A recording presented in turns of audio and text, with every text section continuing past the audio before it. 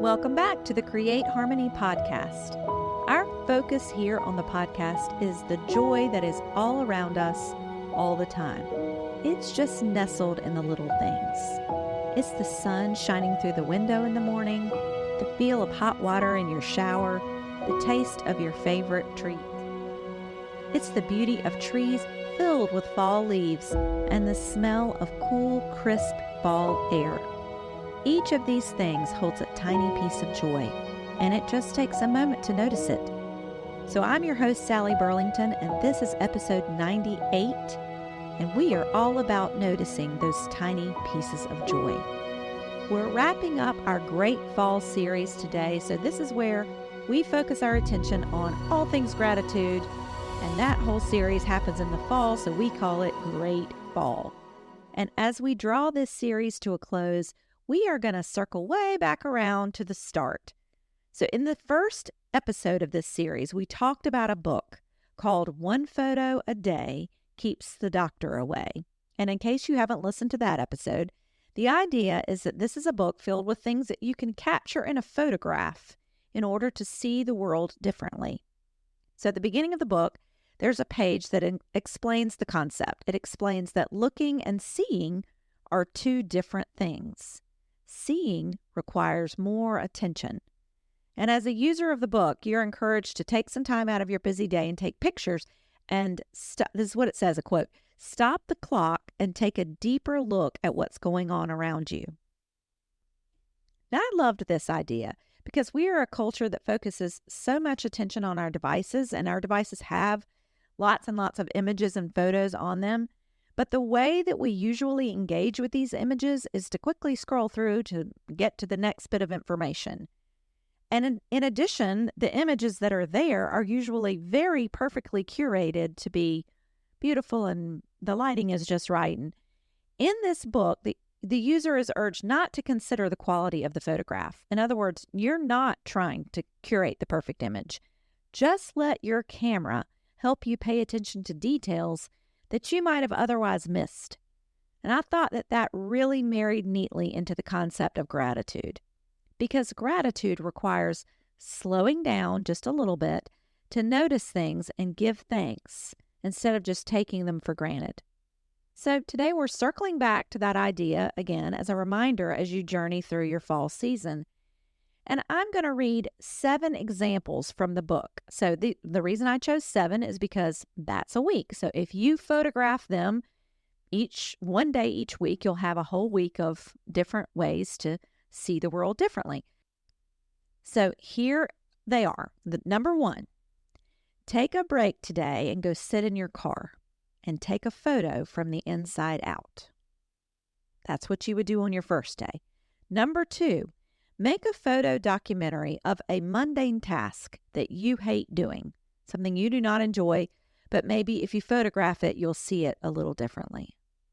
Number 3, take a self-defining selfie.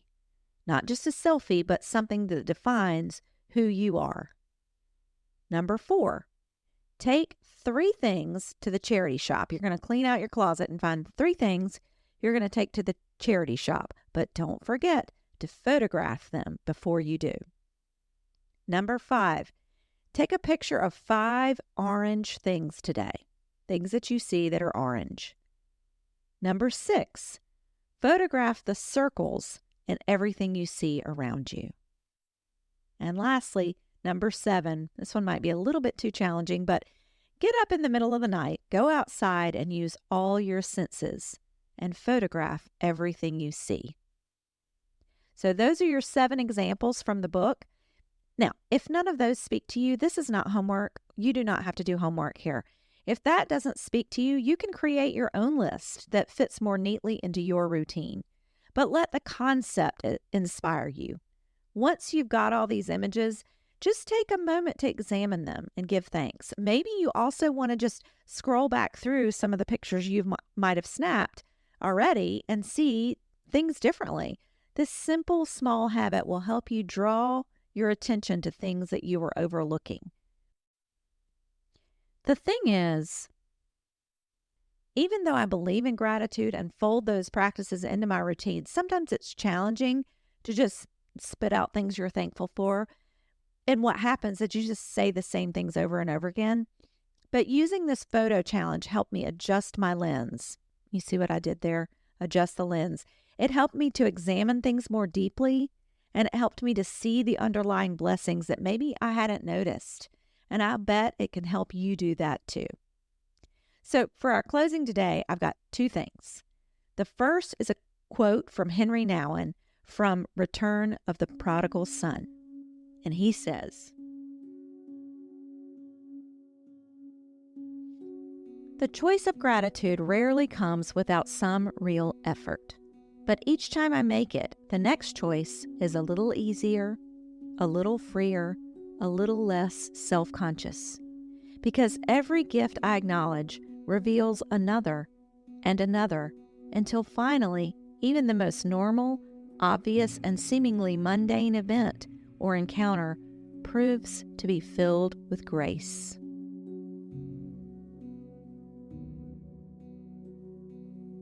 I thought that was very lovely and a great reminder. And the second thing I have for you today is a poem written by a student on the day her school closed, March of 2020. And it goes like this.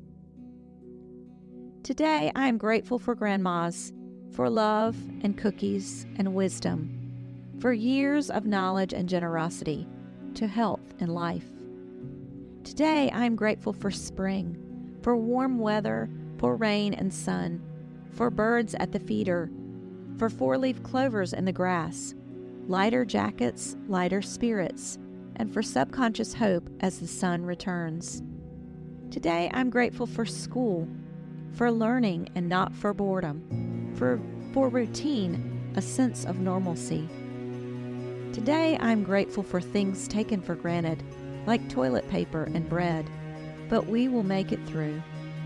Today I'm grateful for my dog. Today I'm grateful for my home. Today I am grateful I am young, and the beach and the wind, and those that I love who are safe and well, and clean clothes and chickens.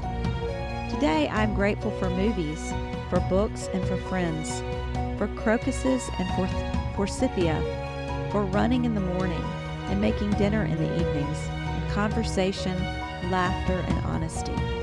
And when I get afraid, for those that I love, I will remember that there are good things happening, positive, happy, beautiful things. And I will remember that today, and I am grateful. May it be so." Thanks for joining us as we come to the tail end of our GrateFall series. Hopefully you've been able to discover many, many more blessings as a result of all of our conversations here. We hope you'll come back next week for more conversations about joy and blessings. And until next time, peace.